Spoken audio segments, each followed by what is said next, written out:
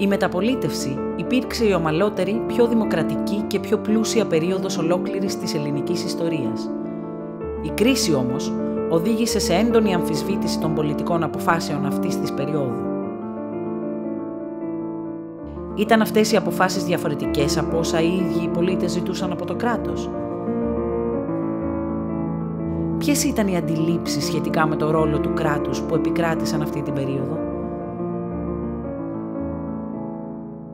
Αρκετοί διαφώνησαν με τις πολιτικές λιτότητας, υποστηρίζοντας ότι η ανάπτυξη θα έρθει μέσα από την αύξηση των κρατικών δαπανών. Αν εφαρμοζόταν αυτή η πρόταση στην αρχή της κρίσης, τι ρυθμοί ανάπτυξης θα χρειάζονταν για να καλυφθούν τα ελλείμματα? Για μένα όλη αυτή η συζήτηση του αν το έλλειμμα θα έπρεπε να αντιμετωπιστεί μέσω λιτότητας ή μέσω ανάπτυξης, ό,τι τέλος πάντων σημαίνει αυτό, είναι παραπλανητική. Κανένας δεν έχει κοιτάξει από όσοι το ισχυρίζονται αυτό να δούνε τι ρυθμούς ανάπτυξης θα χρειαζόταν η Ελλάδα για να ισοσκελίσει τουλάχιστον τον πρωτογενή της ισολογισμό. Γιατί αν δείτε τα πραγματικά δεδομένα, τουλάχιστον για την τελευταία δεκαετία, θα χρειαζόμασταν ρυθμούς ανάπτυξης από 4-7%. Αυτό δεν θα συμβεί ποτέ στα επόμενα 10 χρόνια. Είναι απλά αδύνατον. Οπότε το να λέμε ότι κάποιος καλύτερος ρυθμός ανάπτυξης θα μας έβαζε στη σωστή τροχιά, ενδεχομένως θα βοηθούσε, σε καμία περίπτωση δεν θα έλυνε το πρόβλημα. Βέβαια, μπορείς να πεις, έχω δικό μου νόμισμα, τυπώνω χρήματα και θα κάνω ό,τι δαπάνες θέλω. Το οποίο πολλές χώρες, όχι η Ελλάδα αυτή τη στιγμή, πολλές χώρες όμως έχουν την πολυτέλεια να το κάνουν. Εάν δείτε όμως τι ακριβώς συμβαίνει όταν τυπώνεις χρήμα, ουσιαστικά αυτό που καταφέρνεις είναι να χάσουν οι επενδυτές την εμπιστοσύνη στο νόμισμά σου, σιγά σιγά όχι μόνο οι επενδυτές αλλά και ο απλός κόσμος, και καταλήγεις να φορολογείς τον απλό κόσμο και δει τους πιο αδύναμους πρώτα και χειρότερα μέσω του πληθωρισμού για να χρηματοδοτήσεις όλες αυτές τις δαπάνες. Στο τέλος δεν κερδίζει κανείς. Η αύξηση των κρατικών δαπανών δεν είναι καινούργια συνταγή. Ήταν η οικονομική πολιτική που εφαρμόστηκε σχεδόν σε όλη τη μεταπολίτευση. Ποια ήταν τα αποτελέσματά της?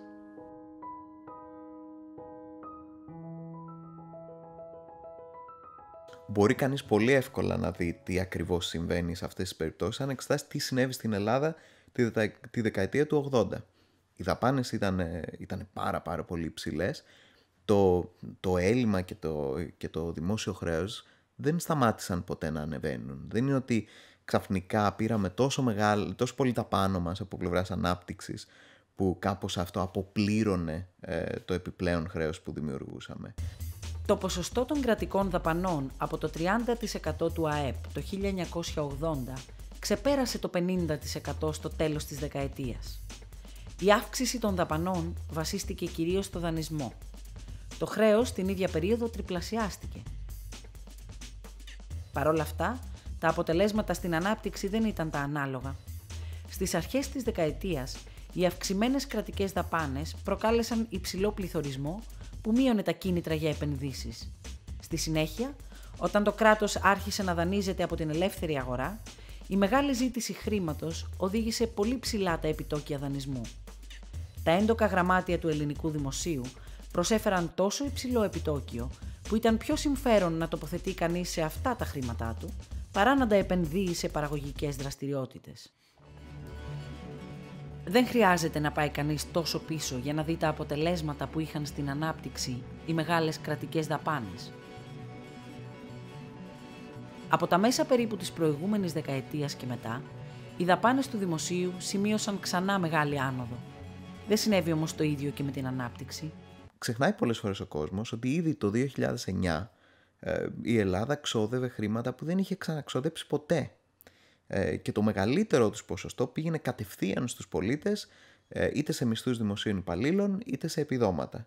Και εντούτοις, ενώ θα περίμενε κανείς αν όντως οι δαπάνες ενισχύουν τόσο πολύ την ανάπτυξη, να έχει εκτοξευθεί ο ρυθμός της ανάπτυξης σε δυσθεώρητα ύψη, στην πραγματικότητα το ακαθάριστο εγχώριο προϊόν της χώρας έπεφτε. Η αύξηση των κρατικών δαπανών προκάλεσε αύξηση της κατανάλωσης.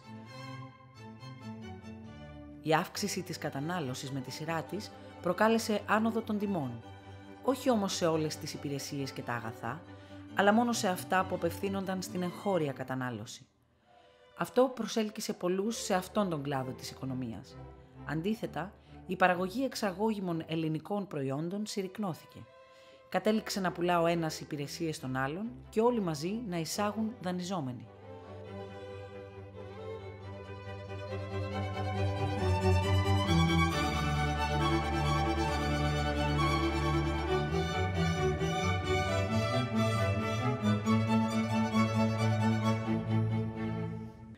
Τα στοιχεία αποβιομηχάνησης και αποδυνάμωσης της ελληνικής παραγωγής ήταν ήδη υπαρκτά στα τέλη της δεκαετίας του 70, ενώ ταυτοχρόνως οι καταναλωτικές ανάγκες, τα νέα καταναλωτικά ήθη είχαν εδραιωθεί. Δεν είχε νόημα δηλαδή να ζητάμε από τους καταναλωτές τότε να αγοράζουν ελληνικά προϊόντα, την ώρα που τα προϊόντα που θέλαν να αγοράσουν δεν υπήρχαν ως ελληνικά, υπήρχαν μόνο ως εισαγόμενα. Τα εμπορικά ελλείμματα καλύπτονταν κυρίως από τον κρατικό δανεισμό. Έτσι δημιουργήθηκε ένας φαύλος κύκλος. Όσο το κράτος δανειζόταν, τα δανεικά πήγαιναν στην κατανάλωση, αυξάνοντας τη ζήτηση για εισαγόμενα προϊόντα. Έτσι μεγάλωνε το εμπορικό έλλειμμα, το οποίο με τη σειρά του καλυπτόταν από νέο δανεισμό. Όταν ο δανεισμός αυτός μειώθηκε δραματικά, η οικονομία κατέρρευσε. Εμείς καταφέραμε επί 30 χρόνια να συρρικνώνουμε την παραγωγική βάση της χώρας. Με αποτέλεσμα να έχουμε και το εξής πρόβλημα. Αν κάποιος ήθελε σήμερα να ρίξει χρήματα στην οικονομία για να σηκώσει τη δραστηριότητα, αυτό που θα έκανε είναι θα αύξανε την ζήτηση για εισαγωγές, επειδή πάρα πολύ μεγάλο μέρος της κατανάλωσής μας είναι για εισαγόμενα πράγματα που δεν τα παράγουμε εδώ, με αποτέλεσμα πολύ από το χρήμα που θα έπεφτε στην οικονομία να έφευγε προς τα έξω. Είχαμε λοιπόν μια οικονομία που είχε τεράστιο πρόβλημα στο εμπορικό ισοζύγιο, δηλαδή είχαμε πολύ περισσότερες εισαγωγές από ότι εξαγωγές, και αυτό είναι κάτι το οποίο δεν μπορεί να λυθεί μακροπρόθεσμα με κανένα άλλο τρόπο πέρα από το να αυξήσεις τις εξαγωγές σου. Και τις εξαγωγές σου δεν τις αυξάνεις ρίχνοντας λεφτά στην οικονομία ή αυξάνοντας τους φόρους όπως κάνουμε τώρα, τις αυξάνεις κόβοντας το κόστος των επιχειρήσεων εκείνων που προσπαθούν να κάνουν εξαγωγές. Και αναγκαστικά για να κόψεις το κόστος αυτών των επιχειρήσεων πρέπει πρώτα να κόψεις το μεγάλο κόστος λειτουργίας του κράτους. Στην Ελλάδα, οι μεγάλες κρατικές δαπάνες άφησαν πίσω τους μικρή ανάπτυξη και μεγάλα χρέη.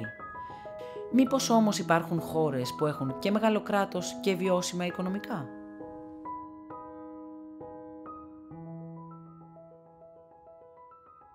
Υπάρχει πολλοί κόσμος που δίνει ως υποδείγματα, για παράδειγμα τις σκανδιναβικές χώρες, και λέει ορίστε χώρες όπου το κράτος πραγματικά κάνει μεγάλες δαπάνες και όπου ο κόσμος απολαμβάνει όντως ένα πολύ υψηλό βιωτικό επίπεδο.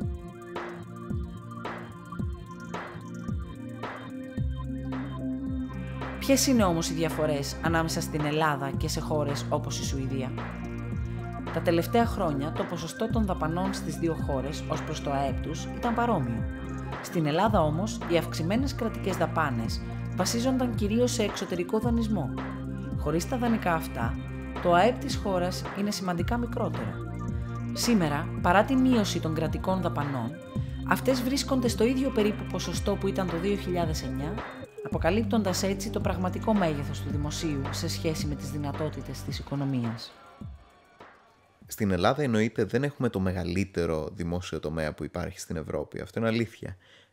Έχουμε ντούτοις έναν από τους μεγαλύτερους σε σχέση με τις δυνατότητές μας. Το ότι το μεγάλο δημόσιο στην Ελλάδα στηρίχθηκε κυρίως στα δανεικά δεν ήταν η μόνη διαφορά σε σχέση με άλλες χώρες με μεγάλο δημόσιο. Σημαντική διαφορά επίσης ήταν ότι οι δαπάνες του ελληνικού κράτους πήγαιναν κυρίως στην κατανάλωση και όχι σε επενδύσεις. Τώρα, κατά πόσο οι δημόσιες δαπάνες συνεισφέρουν στην ανάπτυξη, το ερώτημα είναι και αυτό παραπλανητικό.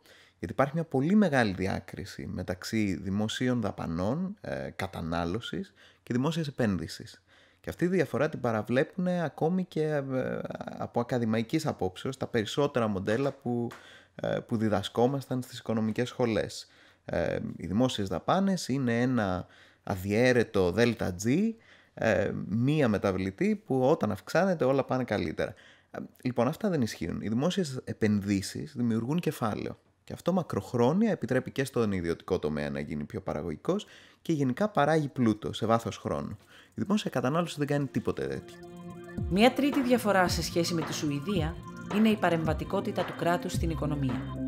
Η Σουηδία, προκειμένου να ξεπεράσει τη σοβαρή κρίση που αντιμετώπισε στις αρχές της δεκαετίας του 90, αναγκάστηκε να κάνει σημαντικές αλλαγές προς τη φιλελεύθερη κατεύθυνση.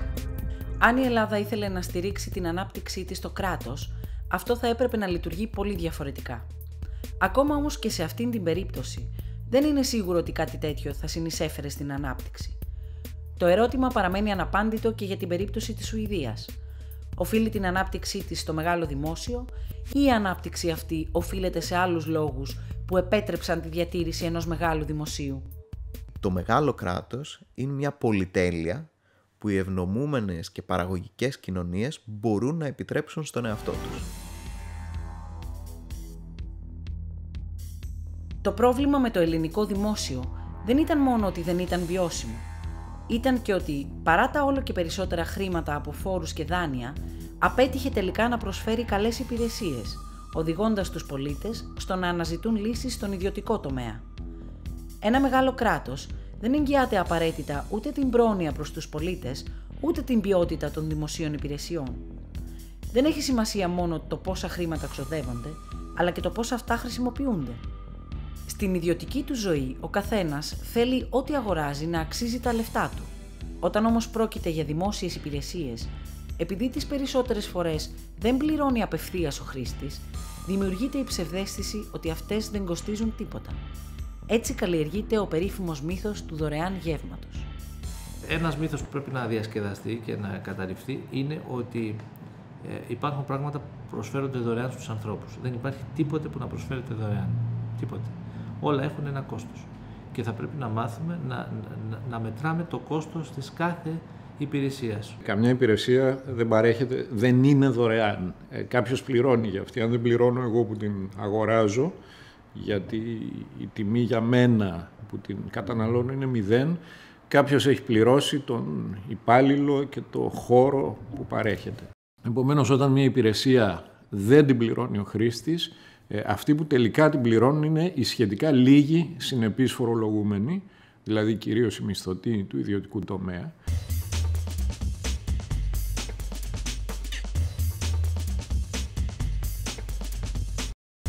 Τα προβλήματα της εκπαίδευσης αποδίδονταν συνήθως στις ελλείψεις προσωπικού. Οι αντιδράσεις για τη μείωση των πόρων δεν αφορούσαν σε θέματα υποδομών ή μεθόδων διδασκαλίας, αλλά στον αριθμό των εκπαιδευτικών. Τα στοιχεία δείχνουν όμως ότι η Ελλάδα όχι μόνο δεν υστερούσε σε αριθμό δασκάλων και καθηγητών, αλλά αντίθετα είχε περισσότερους και από τον ευρωπαϊκό και από τον παγκόσμιο μέσο όρο. Την ίδια στιγμή βρισκόταν στις χαμηλότερες θέσεις ως προς την ποιότητα του εκπαιδευτικού της συστήματος. Η Φινλανδία, αντίθετα, με τους μισούς δασκάλους από την Ελλάδα, βρισκόταν στις πρώτες θέσεις. Σε σχέση με το επίπεδο της υπηρεσίας που παρέχει, το σχολείο στο δημόσιο κοστίζει ακριβά, γιατί έχουμε πάρα πολλούς δασκάλους στην Ελλάδα, οι οποίοι ο καθένας από μόνος του δεν πληρώνεται μεν ακριβά, αλλά είναι πάρα πολλοί, με αποτέλεσμα να απασχολούνται σχετικά λίγες ώρες ο καθένας, κατά μέσο όρο, ενώ θα ήταν πολύ πιο αποτελεσματικό αν είχαμε λίγους δασκάλους, πολύ καλά πληρωμένους, μιλάω για το δημόσιο σύστημα τώρα, λίγους δασκάλους, πολύ καλά πληρωμένους και που να δίνουν την ψυχή τους στο σχολείο. Αυτό που συμβαίνει είναι ότι πληρώνονται λίγο, δουλεύουν λίγο και μετά προσπαθούν να βγάλουν τα υπόλοιπα από τα φροντιστήρια. Και έτσι είμαστε σε ένα φαύλο κύκλο που το σχολείο, ενώ κοστίζει και στο φορολογούμενο, δεν αποδίδει τίποτα. Οι ίδιοι οι γονείς στην Ελλάδα στρέφουν τις πλάτες τους στο δημόσιο σύστημα παιδείας, αναζητώντας λύσεις στην ιδιωτική εκπαίδευση. Οι γονείς δεν είναι ικανοποιημένοι από τη δημόσια παιδεία και επομένως πηγαίνουν για να μάθουν τα παιδιά αγγλικά, πάνε σε ιδιωτικά φροντιστήρια, για να μπουν τα παιδιά στο πανεπιστήμιο, πάνε σε ιδιωτικά φροντιστήρια και αυτά τα πληρώνουν πάρα πολύ ακριβά. Επομένως, ποια είναι η δωρεάν παιδεία που παρέχεται με αυτόν τον τρόπο, όταν οι ίδιοι αυτοί που είναι υπέρ της δωρεάν παιδείας δεν την εμπιστεύονται. Παρόμοια ήταν η κατάσταση και στον τομέα της υγείας. Οι κρατικές δαπάνες υγείας στη χώρα από το 2005 έως το 2009 σχεδόν διπλασιάστηκαν. Η βελτίωση όμως των υπηρεσιών δεν ήταν αντίστοιχη. Ανάλογη εικόνα αναποτελεσματικότητας εμφάνιζε και η κοινωνική πρόνοια. Και σε αυτήν την περίπτωση δεν αρκεί να δίνονται χρήματα από το κράτος. Πρέπει και να κατευθύνονται σε όσους τα έχουν πραγματική ανάγκη. Το πρόβλημα είναι ότι πάνω σε αυτό το κράτος πρόνοιας άρχισαν να επενδύονται σιγά σιγά στα στρίδια διάφορα συμφέροντα. Είτε της γραφειοκρατίας του κράτους πρόνοιας, η οποία προϊόντος του χρόνου παίρνει όλο και μεγαλύτερο κομμάτι από την πρόνοια. Υπήρξε μια πολύ θαυμάσια μελέτη του Ίσταμε το 2004, βγήκε ή 2005 δεν θυμάμαι, που έλεγε ότι η Ελλάδα ξοδεύει, έχει κοινωνικές δαπάνες περίπου τα ίδια που είναι στην Ευρώπη, μόνο που η Ελλάδα μειώνει το ποσοστό φτώχειας κατά 4 μονάδες και άλλη το μειώνει κατά 10.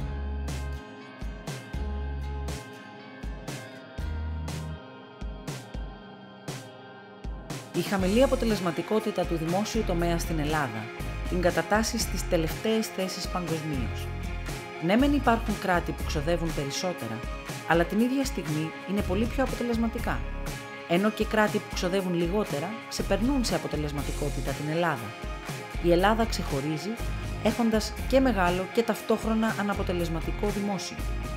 Ένας βασικός λόγος γι' αυτό είναι ότι αρκετά κομμάτια του ελληνικού δημοσίου δεν φτιάχτηκαν με σκοπό να εξυπηρετήσουν τους πολίτες, αλλά τους ίδιους τους υπαλλήλους του. Φτιάχναμε οργανισμούς και δημόσιο και φορείς και τα λοιπά, μόνο και μόνο για να απορροφούν από τη δεξαμενή των ανέργων και στην ουσία δεν επιτρέπαν σε αυτούς τους ανθρώπους να μπουν παραγωγικά στη διαδικασία. Η προσλήψη σε θέσεις χωρίς χρησιμότητα δεν ήταν κάποια κρυφή συμφωνία, αλλά επίσημη πολιτική μείωσης της ανεργίας από το κράτος. Μια πολιτική που απολάμβανε ευρεία αποδοχή και που εξακολουθεί να προτείνεται από πολλούς ακόμη και σήμερα. Το 1994, με τον νόμο του Αναστάσιου Πεπονή, ιδρύθηκε το ΑΣΕΠ. Σκοπός ήταν η αξιοκρατία στις προσλήψεις στο δημόσιο. Την ίδια στιγμή όμως, λειτουργήσε ως άλοθη για προσλήψεις που ήταν μεν αξιοκρατικές, αλλά ταυτόχρονα περιττές. Ήρθε δηλαδή να χρησιμοποιηθεί ως δικαιολογία, νομιμοποιώντας την πρακτική του ελληνικού κράτους να απορροφά την ανεργία μεγεθύνοντας το δημόσιο.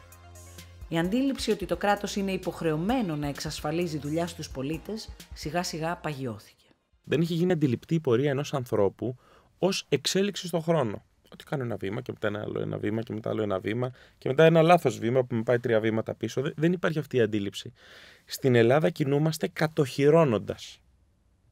Αυτό συμβαίνει, πώς να σου πω, από τα επαγγελματικά δικαιώματα των αποφύτων πανεπιστημίου, που εγώ θυμάμαι από την εποχή τη δική μου που ήμουν φοιτητής, μέχρι και τώρα, θυμάμαι φοιτητές να αγωνίζονται να κατοχυρώσουν επαγγελματικά δικαιώματα.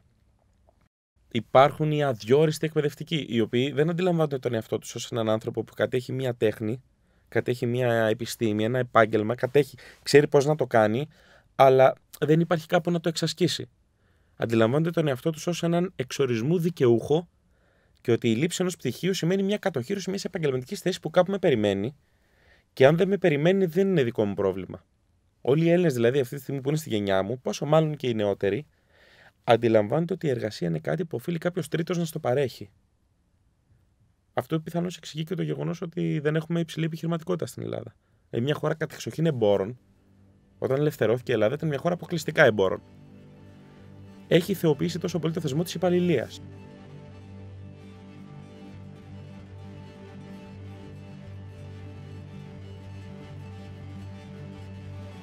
Αρκετοί φοιτητές ζητούν μόνιμη και σταθερή εργασία για όλους, αλλά την ίδια στιγμή αντιδρούν στη σύνδεση των πτυχίων με την αγορά εργασίας. Ποιος θα εξασφαλίσει στους πτυχιούχους μόνιμη και σταθερή δουλειά σαν αυτοί που διεκδικούν? Πρέπει να πούμε ότι η πανεπιστημιακή παιδεία στην Ελλάδα απέκτησε ένα τεράστιο boom τη δεκαετία του 90 για λόγους άλλους από την εκπαίδευση. Ο λόγος που υπήρξε όλη αυτή η υψηλή ζήτηση παιδείας τριτοβάθμιας ήταν γιατί το πτυχίο ήταν το όπλο για να διοριστεί στο δημόσιο. Μέσα σε λίγα χρόνια, στις αρχές της δεκαετίας του 80, ο αριθμός των υποψηφίων στις πανελλήνιες εξετάσεις διπλασιάζεται.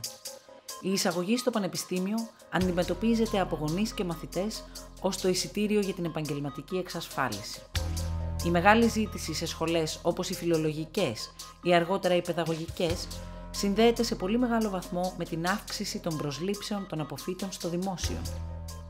Η διόγκωση της πανεπιστημιακής εκπαίδευσης με αδιάκριτο τρόπο σε κλάδους οι οποίοι δεν είναι παραγωγικοί, μέχρι πριν από 2 χρόνια μπορούσε να καλυφθεί και να κολλαστεί, παρότι ήταν μια μεγάλη αμαρτία της μεταπολίτευσης, μέσα από την πρόσληψη στο δημόσιο ή από την συμμετοχή σε έναν κύκλο παραγωγής που ήταν δίπλα στο δημόσιο.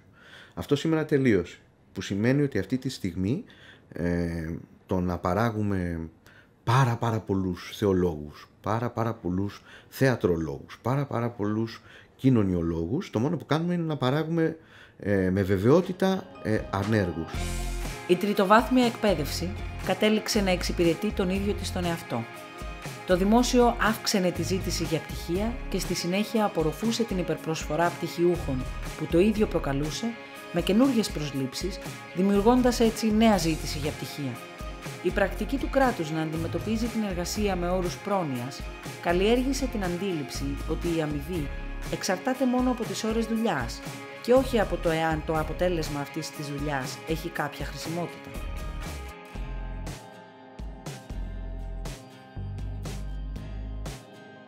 Όταν κυκλοφόρησαν στοιχεία που εμφάνιζαν τους Έλληνες να δουλεύουν περισσότερο από τους υπόλοιπους Ευρωπαίους, αυτό θεωρήθηκε μια καλή απάντηση σε όσους απέδιδαν την ελληνική κρίση σε χαμηλή εργατικότητα. Έχει όμως τόση σημασία το πόσο πολύ δουλεύουν οι Έλληνες? Στην πραγματικότητα, το πόσες ώρες εργάζεται κανείς είναι απολύτως αδιάφορο.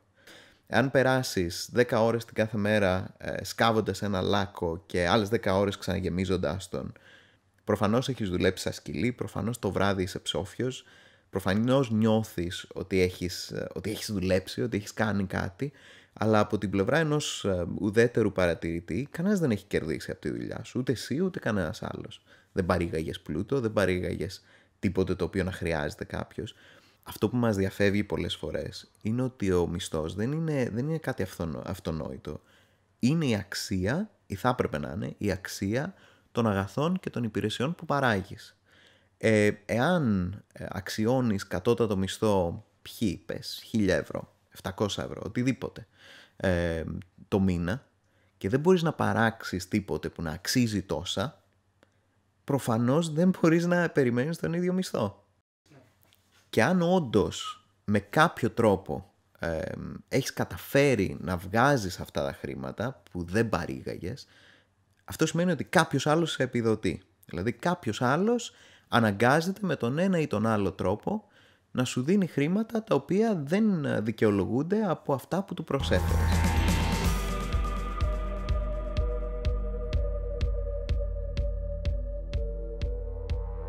Κανείς αναρωτιέται γιατί οι λιγότερο αυστηρές νομοθεσίες εργατικού δικαίου των άλλων χωρών δεν έχουν αποτελέσματα δυσμενέστερα από αυτά που έχουμε εμείς σήμερα.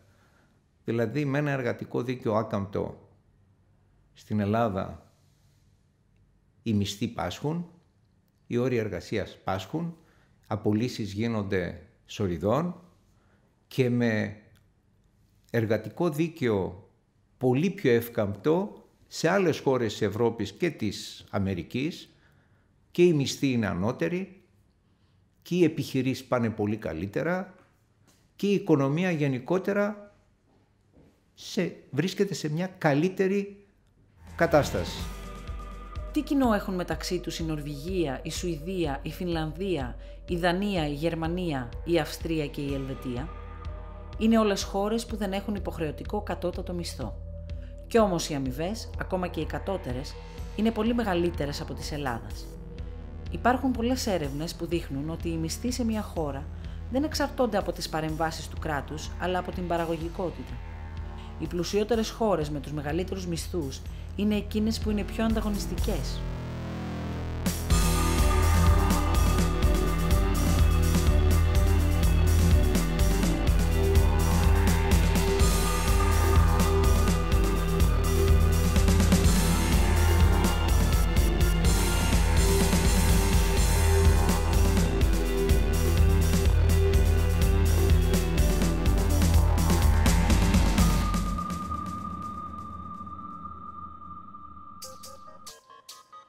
Μήπως τότε οι χαμηλοί μισθοί δεν παίζουν ρόλο στην ανάπτυξη?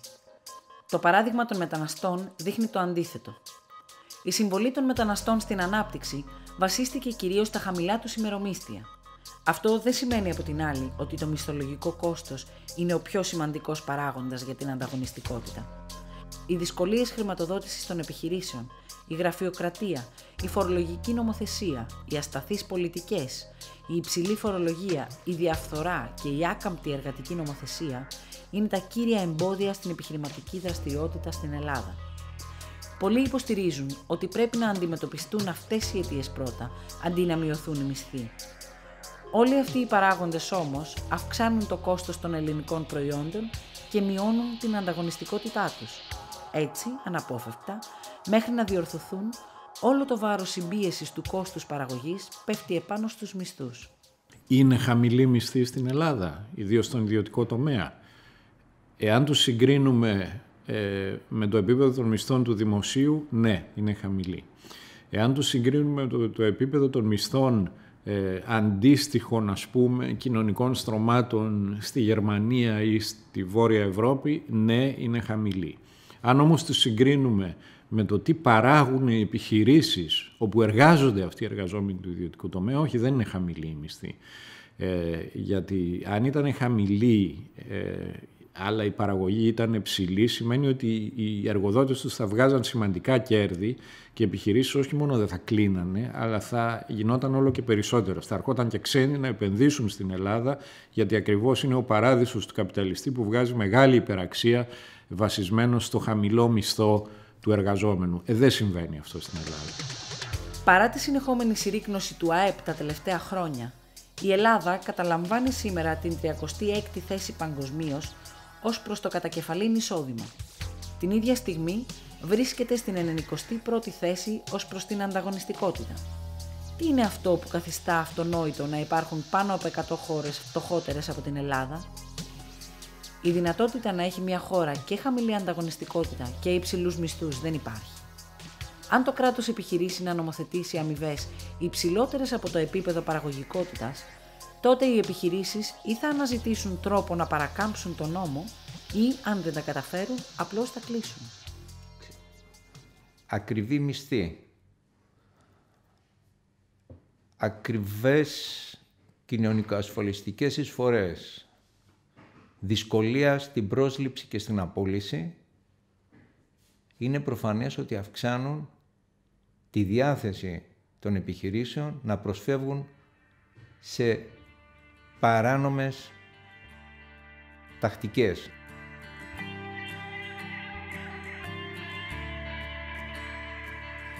Έχει επικρατήσει η αντίληψη ότι οι αυστηρές ρυθμίσεις στα εργασιακά είναι προς το συμφέρον όλων. Ισχύει κάτι τέτοιο? Το πόσο κατώτατος μισθός ευνοεί μόνο ορισμένους από όσους έχουν ήδη δουλειά, οδηγώντας τους υπόλοιπους στην ανεργία ή στη μαύρη εργασία, μπορεί να φανεί μέσα από ένα υποθετικό παράδειγμα. Ας υποθέσουμε ότι στη θέση αυτού που αναζητά δουλειά βρίσκεται κάποιος που θέλει να νοικιάσει ένα μικρό διαμέρισμα. Λόγω κρίσης όμως δεν βρίσκει κανέναν που θα πλήρωνε πάνω από 200 ευρώ. Το κράτος όμως, επειδή θέλει να του εξασφαλίσει μεγαλύτερο εισόδημα, παρεμβαίνει και ορίζει κατώτατη τιμή ενοικίου τα 300 ευρώ, απαγορεύοντάς του να τον νοικιάσει φθηνότερα. Η επιλογή που απομένει στον ιδιοκτήτη είναι να τον νοικιάσει παράνομα σε χαμηλότερη τιμή, αλλιώς το σπίτι θα μείνει ξενίκιαστο και ο ίδιος χωρίς εισόδημα. Αντίστοιχα, όταν το κράτος απαγορεύει σε όποιον θέλει να εργαστεί να προσφέρει την εργασία του στην τιμή που η αγορά μπορεί να πληρώσει, τότε αυτός ή θα αναγκαστεί να δουλέψει μαύρα ή θα μείνει άνεργος. Τέτοιες ρυθμίσεις προστατεύουν όσους έχουν ήδη εργασία εις βάρος των πραγματικά αδύναμων, που είναι οι άνεργοι. Αυτές οι ανισότητες όμως κρύβονται καλά πίσω από τον μύθο των περίφημων κεκτημένων δικαιωμάτων. Η ελληνική κοινωνία είναι μικρή πυρήνες συμφερόντων, οι οποίοι μπορεί πολλές φορές να έχουν συγκρούμενα συμφέροντα. Ωστόσο, εμείς, σαν γενιά, αυτό που μάθαμε στο σχολείο είναι ότι ο λαός μεταξύ του δεν έχει ποτέ συγκρούμενα συμφέροντα.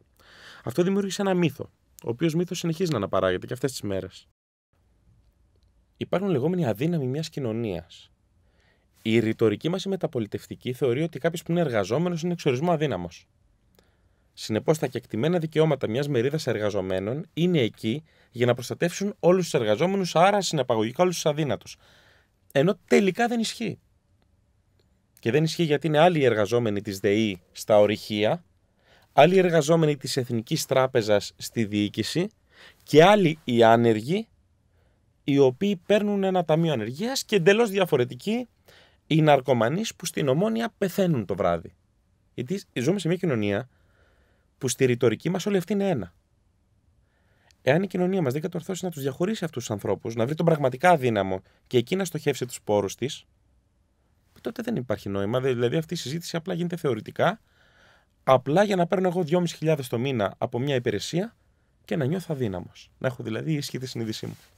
Οι εισοδηματικές διαφορές ανάμεσα σε κοινωνικές ομάδες που θεωρείται ότι έχουν κοινά συμφέροντα είναι πολύ μεγάλες. Συχνά οι διαφορές αυτές δεν έχουν να κάνουν με το τι παράγει ο καθένας, αλλά είναι αποτέλεσμα παρεμβάσεων του κράτους. Και αυτό δεν συμβαίνει μόνο στο δημόσιο. Αυτό συμβαίνει και στον ιδιωτικό τομέα. Δηλαδή όλη η συζήτηση που έγινε για το άνοιγμα των επαγγελμάτων ξεκινάει από το γεγονός ότι τα τελευταία 20 χρόνια έχουμε αναθρέψει μια τεχνητή μεσαία τάξη, της οποίας το εισόδημα σε μεγάλο βαθμό εξαρτάται από τις επιταγές του κράτους. Εξαρτάται ουσιαστικά από το γεγονός ότι το κράτος έχει αναγκάσει εμένα και σένα να χρησιμοποιούμε τις υπηρεσίες τους και να τις αγοράζουμε στην τιμή που έχουν υπαγορεύσει οι ίδιοι.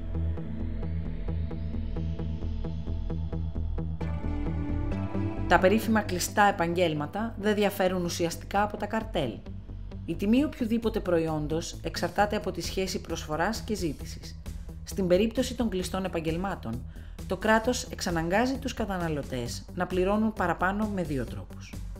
Είτε θέτει περιορισμούς στην άσκηση ενός επαγγέλματος, οπότε περιορίζεται η προσφορά, είτε υποχρεώνει τους πολίτες να κάνουν χρήση συγκεκριμένων υπηρεσιών, αυξάνοντας τεχνητά τη ζήτηση. Το αποτέλεσμα και στις δύο περιπτώσεις είναι υψηλότερο κόστος για τους καταναλωτές. Όσοι απασχολούνται σε κλειστά επαγγέλματα διαμαρτύρονται για τα χρήματα που θα χάσουν όταν αυτά ανοίξουν. Ποιος όμως πλήρωνε ως τώρα αυτά τα χρήματα, αν όχι οι ίδιοι οι καταναλωτές? Σε πολλές δημοκρατικές κοινωνίες που έχουν και υγιή οικονομία αλλά και μία αναπτυγμένη αίσθηση αλληλεγγύης, το κοινωνικό κράτος παρεμβαίνει σοβαρά για να κάνει μια αναδιανομή πόρων, αλλά παρεμβαίνει με κριτήρια που είναι γενικής εφαρμογής και αφορούν σε όλους τους πολίτες. Για παράδειγμα, το σύστημα των συντάξεων. Στις σοβαρές σοσιαλδημοκρατίες, οι αποφάσεις για το ποιος θα πάρει σύνταξη και πότε αναφέρονται σε πολύ διαφανή και πολύ γενικά κριτήρια. Εδώ στην Ελλάδα έχουμε ένα τελώς άλλο σύστημα. Το κράτος παρεμβαίνει και μοιράζει είτε συντάξεις είτε επιδόματα με βάση πελατειακές ομάδες. Δηλαδή, είναι ισχυρό το συνδικάτο της ΔΕΗ να μπορέσει να πιέσει. Θα πάρει καλύτερες συντάξεις από αυτές που θα πάρει ένας εργαζόμενος που έχει δουλέψει τα ίδια χρόνια με τον εργαζόμενο της ΔΕΗ, με τα ίδια προσόντα και εξίσου σκληρά.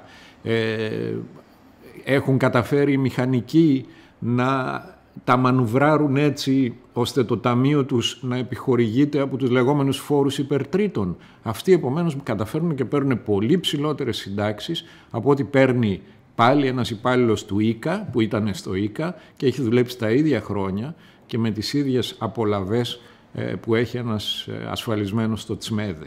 Κάθε διαφήμιση επιβαρύνεται με 20% υπέρ του ασφαλιστικού ταμείου των δημοσιογράφων. 20% στο διαφημιστικό κόστος. Καταλαβαίνετε πόσο φτηνότερο θα ήταν ένα προϊόν αν δεν υπήρχε αυτό το 20% του διαφημιστικού κόστους, έτσι, όχι του συνόλου της τιμής του προϊόντος, αλλά του διαφημιστικού κόστους, που είναι ένα σημαντικό κόστος στην τιμή ενός προϊόντος, να πηγαίνει στα ταμεία των δημοσιογράφων και ουσιαστικά αυτό είναι μια επιβάρυνση υπέρ τρίτων. Στις μεγάλες αντιδράσεις στην ενοποίηση των ταμείων ακουγόταν συνήθως το εξής επιχείρημα. Το δικό μας ταμείο είναι υγιές, γιατί να επιβαρυνθούμε τα χρέη των ελληματικών ταμείων? Γιατί όμως κάποια ταμεία ήταν ελληματικά και κάποια άλλα εμφάνιζαν μεγάλα πλεονάσματα? Πού βρήκαν λοιπόν τα χρήματα ορισμένα υγιή ταμεία, ώστε να πληρώνουν και υψηλές συντάξεις και ταυτόχρονα να έχουν και πλεόνασμα? Η περιουσία αυτών των ταμείων αντιπροσωπεύει κάτι σαν συσσωρευμένα προνόμια. Είναι συσσωρευμένα λεφτά τα οποία έχουν πάρει από το ελληνικό δημόσιο και χάρη στη γενεοδορία του ελληνικού δημοσίου με τα λεφτά των άλλων. Οι ανισότητες στο ασφαλιστικό δεν παρατηρούνται μόνο μεταξύ των συνταξιούχων διαφορετικών κλάδων. Η πιο σημαντική ίσως ανισότητα είναι η ανισότητα ανάμεσα σε διαφορετικές γενιές. Για να γίνει κατανοητή, πρέπει πρώτα να δούμε πώς ακριβώς λειτουργεί το ασφαλιστικό σύστημα στην Ελλάδα. Το ελληνικό ασφαλιστικό σύστημα δεν είναι κεφαλαιοποιητικό. Δηλαδή δεν αποταμιεύονται κάπου οι εισφορές των εργαζόμενων για να πληρωθούν μετά τη σύνταξή τους από αυτές. Αντίθετα, οι σημερινές εισφορές χρησιμοποιούνται για τη σύνταξη των τωρινών συνταξιούχων. Οι σημερινοί εργαζόμενοι θα πληρωθούν όταν βγουν στη σύνταξη από τους μελλοντικούς εργαζόμενους. Αυτό έχει σαν αποτέλεσμα, λόγω και της δημογραφικής κατάστασης της χώρας μας και του δυτικού κόσμου γενικότερα, να δημιουργεί εξορισμό ανισότητες. Δηλαδή, ένας άνθρωπος που δουλεύει σήμερα ελπίζει πως κάποια στιγμή θα πάρει σύνταξη σαν και αυτή που παίρνει ο πατέρας του σήμερα. Αυτό όμως δεν είναι εφικτό. Ωστόσο, σήμερα το βιώνει ο πατέρας ως ένα πρόβλημα. Γιατί του πατέρα η σύνταξη καλείται να μειωθεί, επειδή των γιών της γενιάς μας οι εισφορές μειώνονται. Οι μέσες συντάξεις στη χώρα αυξήθηκαν σημαντικά τις τελευταίες δεκαετίες. Το ποσοστό επί του ΑΕΠ που δαπανούσε η Ελλάδα για συντάξεις αυξανόταν και αυτό διαρκώς την ίδια περίοδο. Το βάρος που πέφτει πάνω στους εργαζόμενους, οι οποίοι με τις εισφορές τους καλούνται να πληρώσουν τις σημερινές συντάξεις, είναι πολύ μεγάλο. Σημαντικό ρόλο σε αυτήν την κατάσταση παίζει η υψηλή ανεργία και τα μεγάλα ποσοστά μαύρης ανασφάλιστης εργασίας.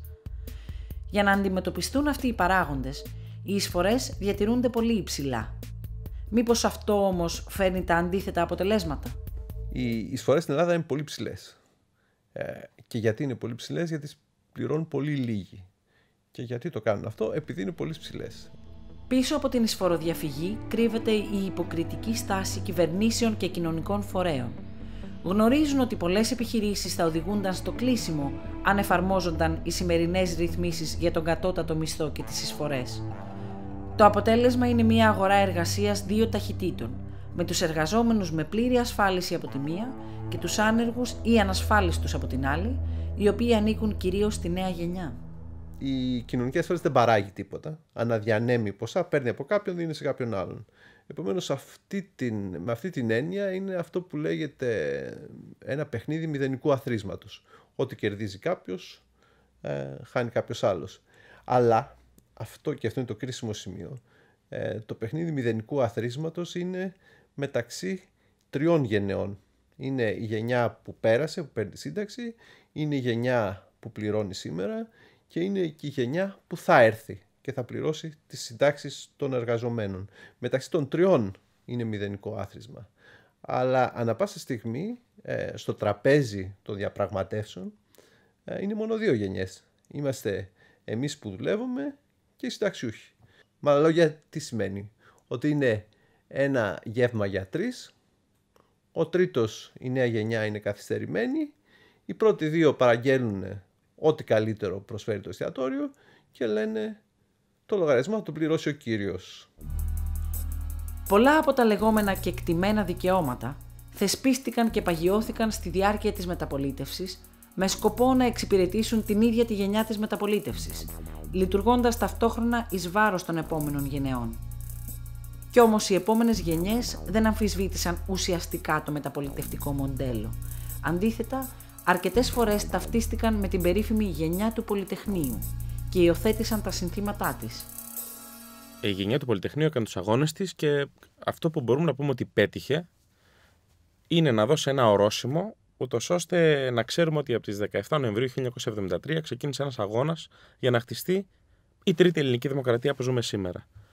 Και αυτό ασφαλώς πρέπει να το αναγνωρίσει κανένας. Δηλαδή, θα είμαστε και τρελοί να απορρίψουμε σιλίδιν τη γενιά του Πολυτεχνείου, γιατί είναι μια γενιά που πραγματικά αγωνίστηκε απέναντι σε ένα καθεστώς το οποίο ήταν πραγματικά βίαιο και πραγματικά στερούσε κοινωνικές ελευθερίες. Αυτό είναι δηλαδή ξεκάθαρο. Το ζήτημα ποιο είναι? Ότι δημιούργησε μια υποχρέωση σε κάθε νεολαία έκτοτε να επιβεβαιώνει το δικό της Πολυτεχνείο.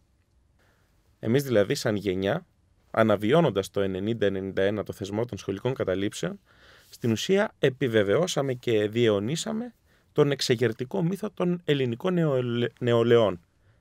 Η ελληνική νεολαία είναι υποχρεωμένη να επαναστατεί απέναντι σε κάτι. Υπάρχει ένας περίεργος μιμητισμός. Κλεινόμαστε μέσα σε ένα κτίριο, αντιστεκόμαστε, φωνάζουμε. Αυτός ο μιμητισμός απέκτησε μέσα στη μεταπολίτευση και κάπως τελετουργικό χαρακτήρα. Μια γενιά, η γενιά του Πολυτεχνείου, οι άνθρωποι που είναι σήμερα περίπου 60 χρονών, από το 1974 και μετά παίζουν πρωταγωνιστικό ρόλο στον ελληνικό δημόσιο χώρο, επικαλούμενοι την εξέγερση του Πολυτεχνείου. Αυτό φτιάχνει για τις επόμενες γενιές ένα παράδειγμα κοινωνικής επιτυχίας μέσα από την πολιτική δράση που είναι πολύ ισχυρό. Υπάρχει βαθιά μνήμη ότι το ελληνικό κράτος δεν είναι κράτος δικαίου. Και αυτό δεν είναι μια τρέλα. Το ελληνικό κράτος δεν υπήρξε κράτος δικαίου. Μπορούμε να πούμε ότι η εκδοχή της δημοκρατίας που έχουμε σήμερα είναι η καλύτερη που υπήρχε στην Ελλάδα ποτέ. Και βάζω και την Αθηναϊκή μέσα, αν θέλεις. Το ελληνικό κράτος είναι ένα κράτος βίαιο. Είναι ένα κράτος αυταρχικό, ακριβώς επειδή αποτελεί έπαθλο προνομιακών ομάδων οι οποίες το εκμεταλλεύονται για να επικρατήσουν απέναντι στις άλλες ομάδες. Άρα το να μην εφαρμόζεται η δικαιοσύνη, που είναι το πρόσωπο του κράτους, σε θύλακες μέσα στη χώρα, θεωρείται θετικό. Τόσο στο πανεπιστημιακό άσυλο υπάρχει ο μύθος για τα εξάρχεια, ότι είναι ένα άβατο. Το Άγιο Όρος είναι ένα άβατο. Θέλω να πω, τα άβατα γενικά στην Ελλάδα έχουν μια αξία και αν θες υπάρχει και η μυθολογία του Σουλιώτη από πίσω. Δηλαδή ότι υπάρχει ένας θύλακας ελευθερίας μέσα σε ένα γενικό καθεστώς βίας, τρόμου και καταπίεσης.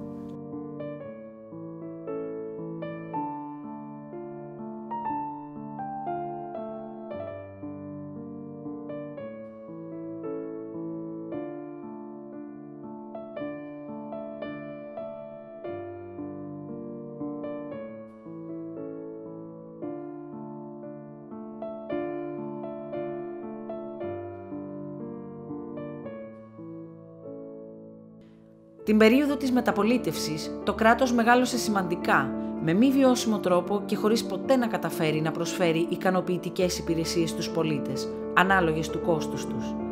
Ταυτόχρονα, ευνόησε συγκεκριμένες ομάδες, αντί να προσφέρει επαρκή προστασία στους πραγματικά αδύνατους. Κι όμως, ακόμα και τώρα, οι περισσότερες αντιδράσεις ενάντια στο κράτος δεν στοχεύουν στην αλλαγή όλων των παραπάνω, αλλά στη διατήρησή τους. Βλέπουμε μια κοινωνία αυτή τη στιγμή η οποία είναι σε σύγχυση, η οποία ζητά να επαναληφθεί, να συνεχιστεί μάλλον, το παλιό μοντέλο το οποίο κατηγορούνε.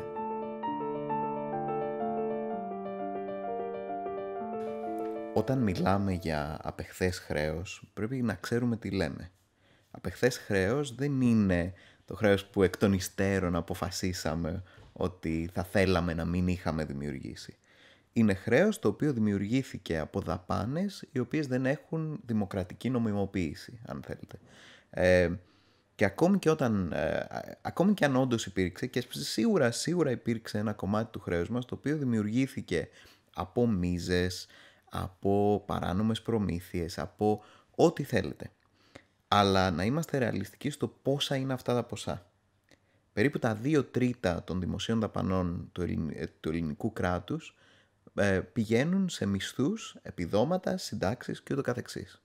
Οπότε υπάρχει ένα ταβάνι, υπάρχει ένα άνω όριο στο πόσα χρήματα διατίθενται με παράνομο τρόπο ή χωρίς δημοκρατική νομιμοποίηση.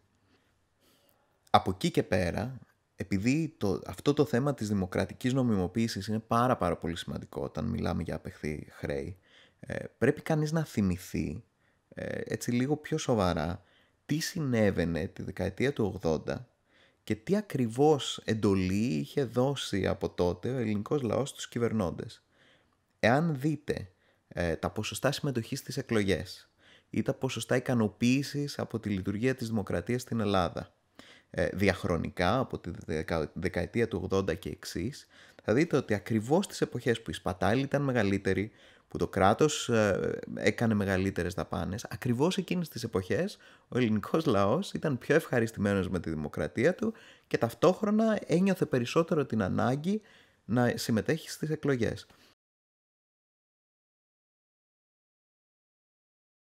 όλοι οι μεταπολιτευτικοί κοινωνικοί αγώνες μοιάζουν με έναν ανταγωνισμό μεταξύ παιδιών για το ποιος θα εξασφαλίσει την αγάπη του πατέρα. Αυτό βέβαια δεν είναι μόνο μεταπολιτευτικό φαινόμενο. Σε όλη τη σύγχρονη ιστορία κάπως έτσι πήγε το πράγμα. Τα κλειστά επαγγέλματα δεν κλείσανε μετά τη μεταπολίτευση. Κλείσανε πριν. Και μάλιστα κλείσανε αφήνοντας έξω τους αριστερούς.